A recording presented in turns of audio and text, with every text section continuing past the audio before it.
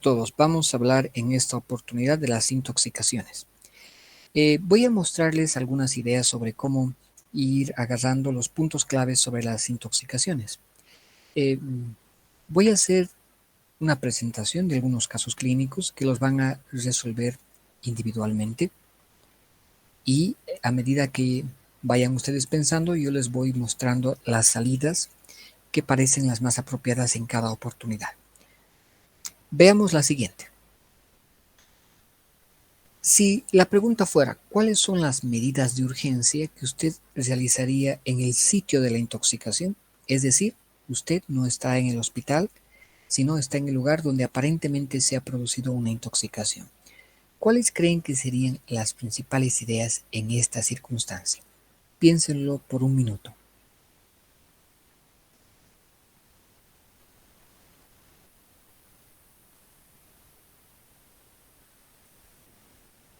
Miren, las medidas de urgencia son muy parecidas en el sitio de la intoxicación, son muy parecidas a la reanimación cardiopulmonar en la fase inicial, porque lo primero que hay que hacer es confirmar la seguridad del escenario.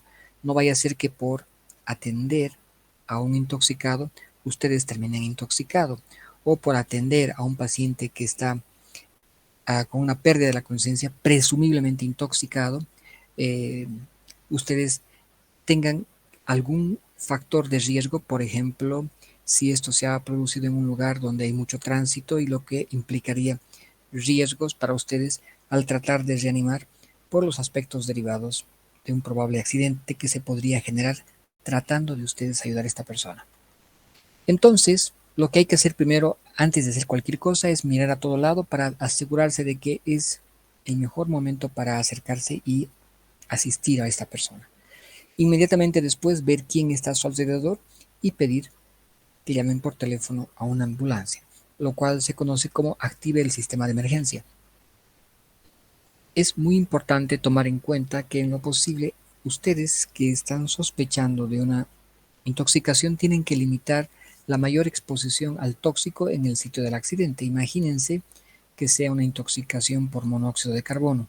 Ustedes más podrían terminar intoxicados. Por lo tanto, probablemente lo primero que deberán hacer es alejar del lugar a este paciente antes de empezar a prestarle medidas de apoyo y si es que están sospechando de una intoxicación, entonces tendrán que tratar de limpiar con la mínima exposición para ustedes.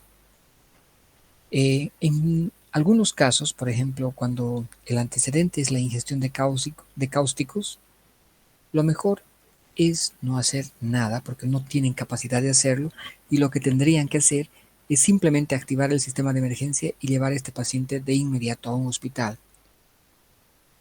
Si el paciente está inconsciente, pues se debe mantener las vías respiratorias y prepararse para una eventual reanimación cardiopulmonar.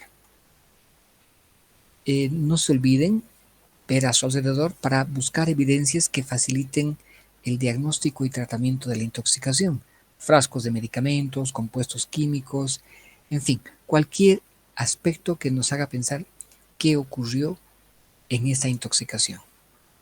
Y finalmente, tendrán que mantener al paciente y trasladarlo para continuar su asistencia en una posición segura, una vez que han hecho las medidas básicas.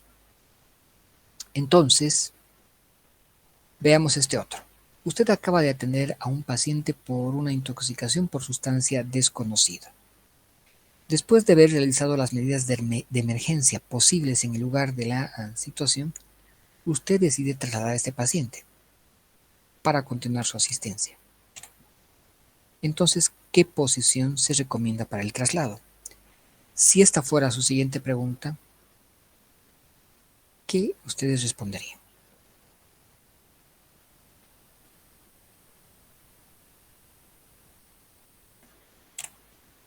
La posición de coma para traslado.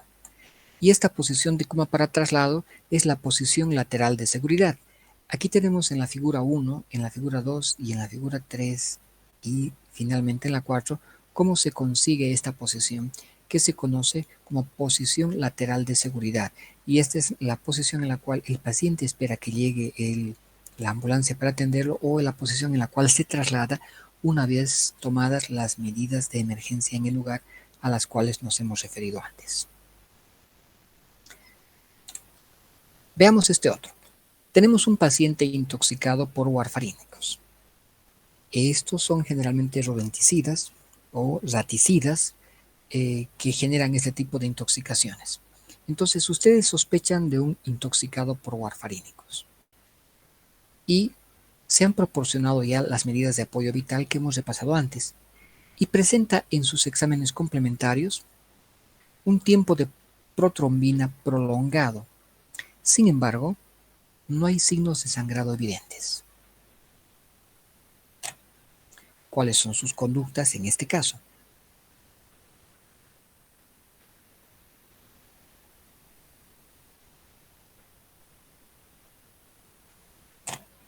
Bien, si el tiempo de protrombina está prolongado y su paciente no está sangrando, lo que ustedes tendrán que hacer es vitamina K, porque si el tiempo de protrombina está prolongado, se refiere a los factores K dependientes. Y por lo tanto, mientras no exista un sangrado evidente, su mejor conducta es utilizar vitamina K, que se convierte como el antídoto de este tipo de intoxicaciones por warfarínicos. Y esta es la dosificación y la forma en la cual se administra la vitamina K. Se administra dosis de 0.5 a 1 miligramo dosis, no es por kilo, sino son dosis, en los lactantes, 1 miligramo a 2 miligramos dosis en escolares y de 5 a 10 miligramos dosis en adolescentes. Mientras su paciente no esté sangrando, la vitamina K se puede administrar por vía intramuscular. Este tema de las intoxicaciones, ustedes van a tener una presentación completa, sin audio, la cual es lo suficientemente explicativa por sí misma para repasarla y ver qué aspectos se deberían profundizar y repasar. Aquí solamente estamos tomando los elementos clave de este tema. Si la pregunta acá fuera de qué depende la gravedad de una intoxicación de un modo general, aquí podríamos decir, pues dependerá de la toxicidad del producto, el mecanismo de exposición, la dosis ingerida, la edad de la víctima y de la oportunidad del tratamiento. Entonces, estos son los principales 5 elementos de los que depende la gravedad de una intoxicación: la toxicidad del producto, el mecanismo de exposición, la dosis ingerida, la edad de la víctima y de la oportunidad del tratamiento. Veamos esta otra situación. Aquí tenemos otra vez una intoxicación por un raticida. El término correcto de referirse es por un rodenticida, también por warfarínico, pero en este caso hay un evento particular de extremada importancia. Esta intoxicación por warfarina es una intoxicación que deliberadamente produce una madre a su hijo, determinándole ella misma hemorragias, es decir, ella lo está intoxicando. Y como consecuencia de esta intoxicación, se producen subsecuentemente acciones médicas para investigar el origen de esta hemorragia, porque quien está atendiendo a este niño no lo sabe, y todo lo que se hace para este paciente para tratar de identificar el problema implica una alta demanda de atención, y estas madres que frecuentemente tienen un desorden psiquiátrico, es esto básicamente lo que están buscando: una mayor atención. Son madres muy colaboradoras, incluso que tienen información que diríamos una madre en términos generales muchas veces no la tiene, proporciona información clave, parece que sabe algo del tema, en fin. En este contexto, si tengo una madre que está intoxicando a su niño y que yo lo he sospechado por este aspecto de ser una madre extremadamente colaboradora, que me maneja información que regularmente una madre no la conocería, y me hace sospechar, ante no identificar un mecanismo claro de intoxicación, que ella es la principal responsable, Y me preguntan, ¿a qué tipo de intoxicación corresponde esta? Es decir, ¿cómo se clasifica este tipo de intoxicación?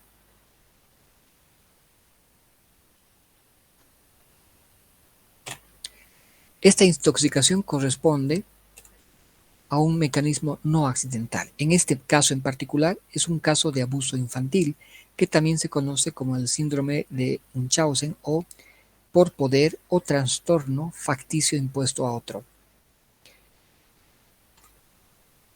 Entonces, en este caso, este es un desorden muy severo en uno de los padres. Particularmente hay que sospecharlo en ese contexto en el cual les he explicado.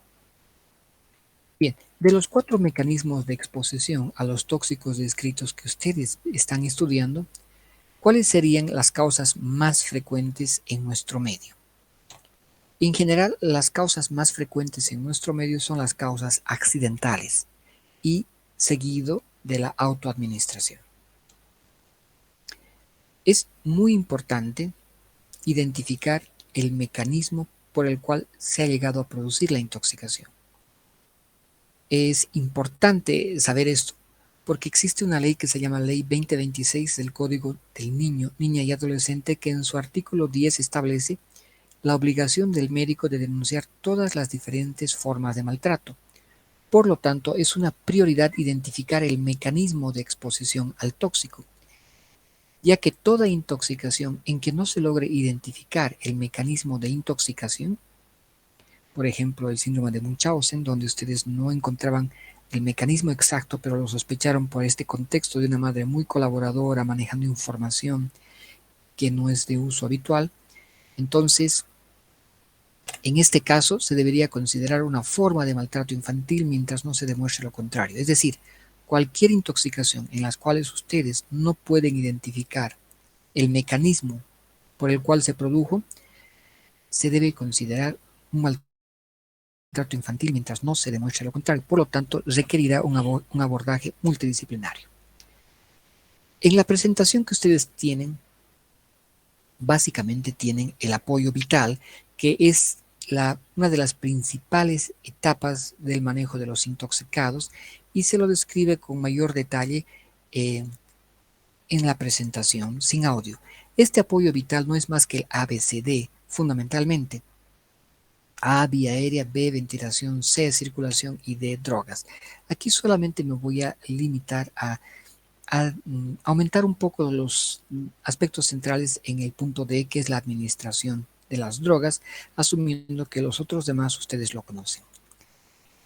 Los fármacos que más se utilizan son los fármacos anticonvulsivantes, por ejemplo el diazepam, que se utiliza a dosis de 0.3 miligramos por kilogramo dosis por vía endovenosa, o el fenobarbital, que cuando un paciente está convulsionando se empieza con una dosis alta que es de 15 a 20 miligramos por kilogramo endovenoso estado. Otra situación que frecuentemente es necesario hacer es la administración de bolos de dextrosa para tratar de corregir las crisis de hipoglicemia. Para eso se utilizan bolos de dextrosa al 10%. En menores de un mes se utilizan bolos de 2 a 5 cc por kilo y en los mayores de un mes se utilizan bolos de dextrosa al 10% de 5 a 10 cc por kilo.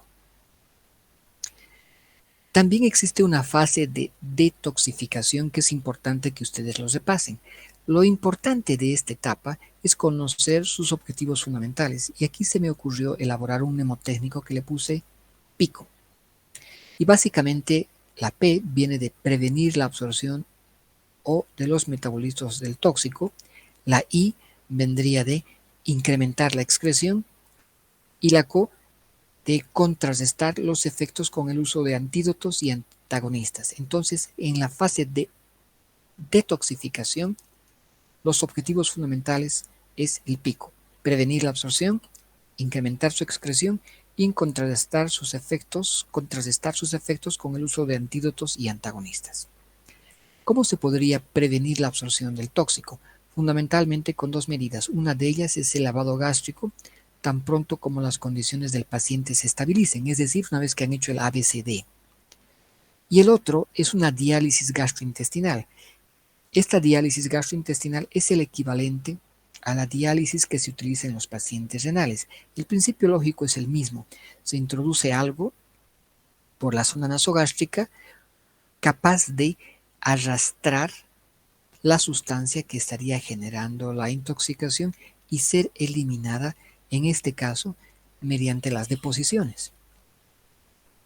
Y vamos a recordar de que el medio para el cual se utiliza esto es el carbón activado. Este aspecto está muy bien detallado en la presentación sin audio. Las medidas para aumentar la excreción básicamente son dos. La primera, la diuresis forzada, y la segunda, la modificación del pH urinario. Hay que recordar que no todos los tóxicos se eliminan por diuresis y no en todos los tóxicos se consigue eliminarlo modificando el pH urinario. Hay un grupo de tóxicos que sí podrían responder a una u otra condición.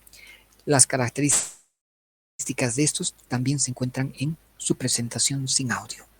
Valdría la pena, cuando hablamos de contrarrestar los efectos, hablar de lo que son los antagonistas y los antídotos. Como ustedes ya saben, un antagonista es un compuesto que guarda una relación estructural con el tóxico y compite con este por el sitio activo del receptor, donde actúa modificando de esta manera la respuesta de las células efectoras. Por lo tanto, su acción es por competencia, porque ambos pueden utilizar el mismo receptor porque son muy parecidos estructuralmente. Ejemplos de antagonistas son la atropina, como uno de los que más se utiliza. ¿Y qué es un antídoto? Un antídoto es un químico que tiene la capacidad de combinarse con el tóxico para originar un nuevo compuesto, en general inerte, polar y por lo tanto fácil de eliminar.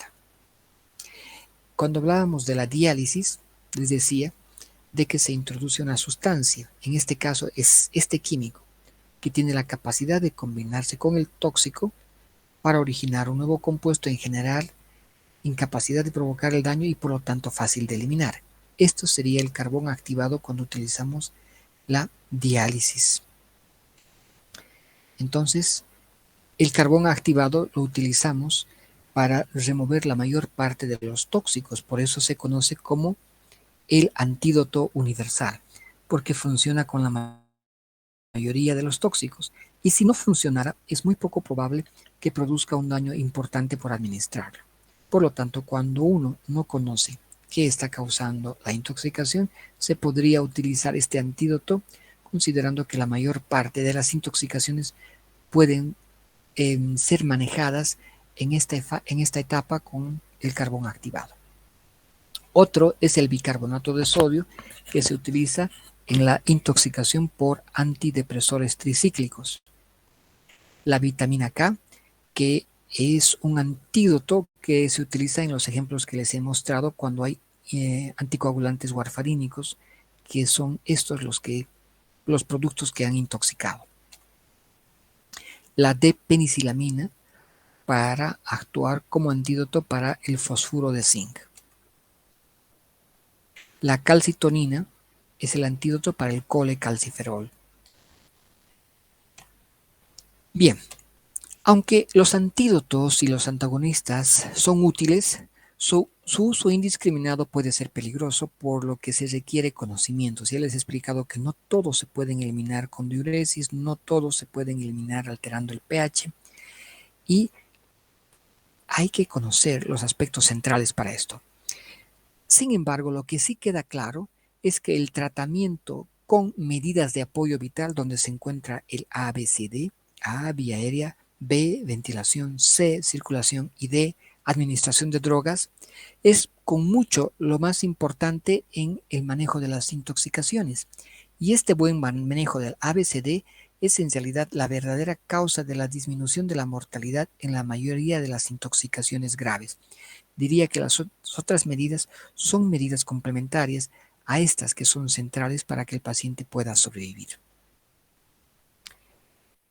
Voy a presentarles un par de ideas sobre cómo podríamos identificar un paciente intoxicado. Se me ocurrió hacer una triada. ¿Y cuál sería la triada para sospechar de un paciente intoxicado? Primero, que tenga alteraciones gastrointestinales. Ejemplo, náuseas, vómitos, diarrea, dolor abdominal. Segundo, alteraciones neurológicas. Pérdida de la conciencia, convulsiones, alteraciones como la desorientación. Y el tercero es una causa inexplicable sobre estas manifestaciones, lo que hace sospechar de una intoxicación. Entonces, la tríada sería alteraciones gastrointestinales, el segundo, alteraciones neurológicas, y el tercero sería antecedentes de sospecha. Ahora bien, ¿cómo vamos a trabajar en relación a este aspecto? Si conocemos la tríada, entonces lo que podemos hacer ahora es aumentar a la tríada algunos otros elementos. Por ejemplo, ¿cuáles? Si tenemos la tríada, pero además hay sangrados en distintos sitios, entonces ya tienen el diagnóstico hecho. Sería una intoxicación por warfarínicos. El gran problema es que ahora estas intoxicaciones por warfarínicos son producidos por rodenticidas de toxicidad elevada y muchas veces el paciente no solamente va a llegar con el tiempo de protrombina prolongado, sino que además puede estar sangrando. Y en este caso no solo será suficiente la vitamina K, sino que además deberán administrar plasma. Otro ejemplo, tenemos un paciente que tiene la tríada, pero además este paciente tiene un olor característico a ajo. En este caso habría que sospechar en una intoxicación por trióxido de arsénico. Y si tengo un paciente intoxicado, donde se encuentra la tríada, que me hace sospechar de una intoxicación, pero este tiene, en lugar de un olor a ajo o un olor a pescado, podría sospechar de fosfuro de zinc. Ambos son rodenticidas de toxicidad elevada.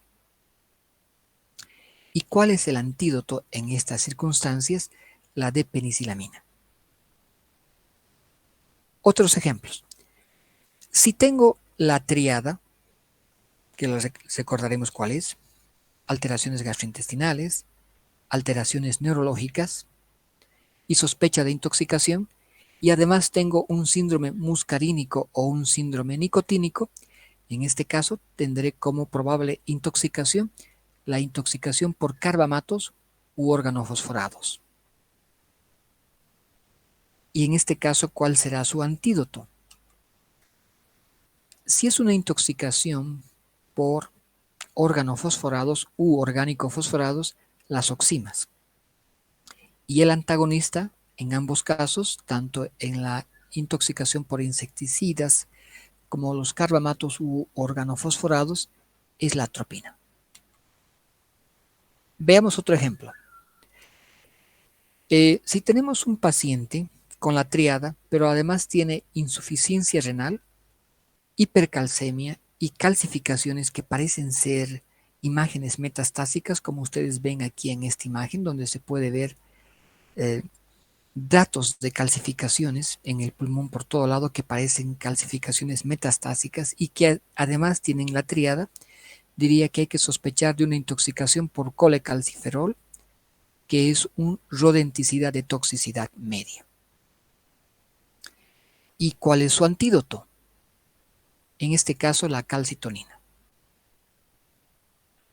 Repasemos un poquito ahora la tríada cuando están asociados a componentes muscarínicos y componentes nicotínicos. Valdría la pena recordar que cuando tenemos una intoxicación por organofosforados, aparte de la tríada, la intoxicación puede tener tres diferentes cursos. Uno que es la intoxicación aguda clásica, en la que está el síndrome muscarínico y el síndrome nicotínico y el síndrome neurológico como componentes. Pero también hay otra intoxicación que se llama el síndrome intermedio y la otra que es el síndrome tardío. La tríada me es más útil con la intoxicación aguda clásica porque el síndrome intermedio y el síndrome tardío tienen otros parámetros para sospecharlo en lo que respecta a la presencia de signos y de síntomas.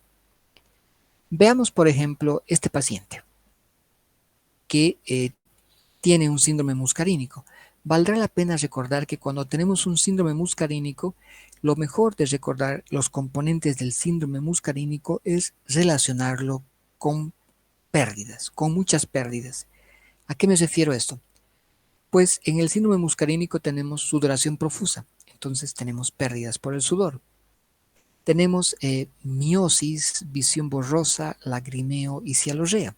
Tenemos pérdidas a través de las lágrimas, pérdidas a través de la producción excesiva de saliva, náuseas y vómitos, lo que implicarían pérdidas gastrointestinales, secreciones bronquiales, mayor secreción bronquial, mayor tos, pérdidas por los mecanismos respiratorios que generan estas secreciones y la tos que ocasionan, la diarrea, disuria e incontinencia urinaria, que también implicaría pérdidas, que como ustedes ven, el común denominador para recordar un síndrome muscarínico son pérdidas. Este síndrome muscarínico es parte de una intoxicación clásica. La otra es el componente nicotínico. El componente nicotínico hay que recordar con alteraciones que tienen que ver con la capacidad de conducir los impulsos eléctricos, y cuando se produce una intoxicación, esto se pierde. De todos modos, podríamos recordar, viendo esta imagen, lo que es el síndrome nicotínico, donde se presentan opresión torácica, calambres, temblores, debilidad, trastornos del ritmo cardíaco, bloqueos cardíacos, bradicardia. Todo esto tiene que ver con estos aspectos relacionados con la adecuada conducción de los impulsos eléctricos que no se está produciendo normalmente. Y luego tenemos el síndrome neurológico, que es el tercer componente de una intoxicación clásica.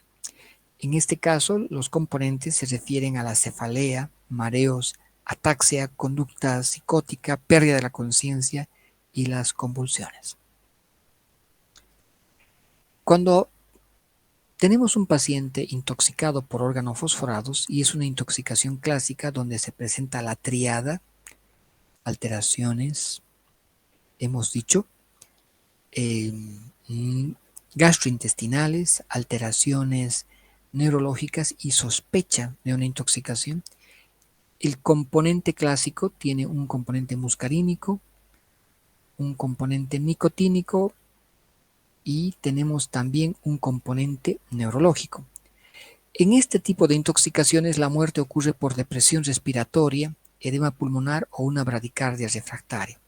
Cuando se produce una intoxicación por organofosforados, donde se produce una inhibición irreversible, la medición de la actividad de la pseudocolinesterasa se encuentra disminuido varias horas después de que se ha producido la intoxicación, incluso en valores de 0 unidades, por este aspecto de ser una intoxicación irreversible. Ahora, ¿a qué se refiere el síndrome intermedio cuando hablamos de las intoxicaciones por organofosforados? Pues este síndrome intermedio, que tiene una más reciente descripción, se observa después de 24 a 96 horas de una intoxicación aguda por organofosforados aparentemente bien tratada. Al parecer, este síndrome intermedio se debe a la persistencia de la inhibición de la acetilcolinesterasa, o que ésta solo se reactivó parcialmente. Entonces, el síndrome intermedio tiene una clínica distinta: insuficiencia respiratoria de aparición brusca, se afectan algunos pares craneales, los músculos flexores proximales de la nuca y de las extremidades. El tratamiento del síndrome intermedio tiene que ver con apoyo vital, y si se demuestra que la pseudocolinesterasa aún está abatida, se debe reiniciar nuevamente la administración de obidoxima o pralidoxima. Este otro, que también se caracteriza en las intoxicaciones por el órgano fosforados, es el síndrome tardío. Si bien menos frecuente que los dos anteriores, este se presenta después de varias semanas de una intoxicación atípica. Esto quiere decir que se manifestó usualmente no con todo el componente de los muscarínicos, nicotínicos y neurológicos componentes, sino solo con el síndrome muscarínico. En su producción no tenemos clara la figura de qué lo genera, pero existen suficientes supuestos teóricos para considerar que son los radicales libres los que están generando el problema y ya no una inhibición enzimática. La clínica sería neuropatía periférica o manifestaciones extrapiramidales. Como no conocemos muy bien qué lo está generando, se han ensayado múltiples esquemas de tratamiento. Por ejemplo, se han administrado antioxidantes como la vitamina E, se han ensayado en algunos casos la N-acetilcisteína para prevenir la formación de radicales libres y tratamientos como estos que todavía están verificando su utilidad. Habíamos dicho que cuando tenemos la triada con el componente gastrointestinal, el componente neurológico y el antecedente de sospecha, y hay un componente muscarínico o nicotínico, sospechamos de intoxicación por organofosforados o carbamatos. Y habíamos dicho que los organofosforados provocan una inhibición irreversible de la acetilcolinesterasa comparado a los carbamatos cuya inhibición es reversible. Entonces, lo que diferencia las intoxicaciones por uno u otro es la magnitud de los síntomas. Los carbamatos que provocan una inhibición reversible causan una inhibición transitoria de la colinesterasa. Es decir, la unión enzima-carbamil es reversible, lo que origina un síndrome clínico más benigno con una duración más corta. No existen diferencias importantes con respecto a la sintomatología en la etapa inicial, aunque cuando hablamos de los carbamatos puede haber un predominio de los síntomas y signos muscarínicos que, como les he dicho, hay que recordarlos como pérdidas. Y esto se debe a que hay una mínima penetración al sistema nervioso central. Las convulsiones son muy raras comparadas con las intoxicaciones por organofosforados. Cuando ustedes miden la colinesterasa y se ha producido una intoxicación por carbamatos que hemos dicho que es reversible, muchas veces los valores de colinesterasa en suero y en hematíes ya son normales. Y a veces uno duda si realmente fue una intoxicación por organofosforados, porque ¿cómo es posible que si tiene una clínica sugerente la colinesterasa ya esté normal? En realidad, pues hay que sospechar que el otro componente que me produce un síndrome parecido son los carbamatos, pero como es reversible, rápidamente la colinesterasa vuelve a su valor normal.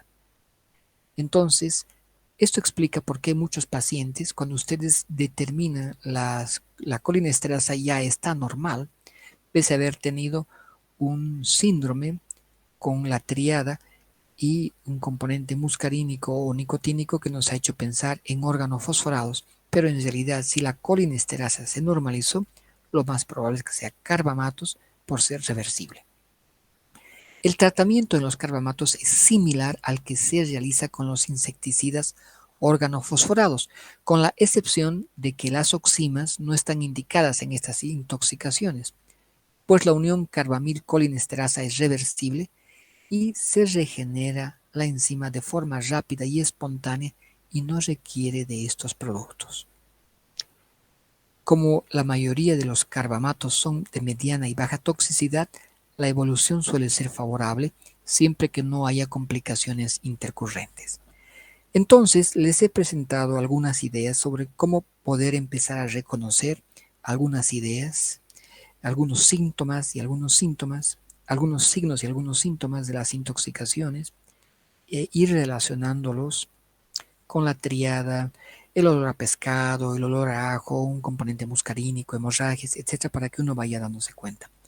Este tema está muy detallado en una presentación que voy a dejarlas a su disposición sin audio para que las revisen con mayor detalle, y esta otra que les presenta algún par de ideas como las que les he mostrado a continuación que podría ser útil para darse cuenta qué tipo de intoxicación tiene mi paciente. Espero que haya sido de utilidad y les agradezco por su atención.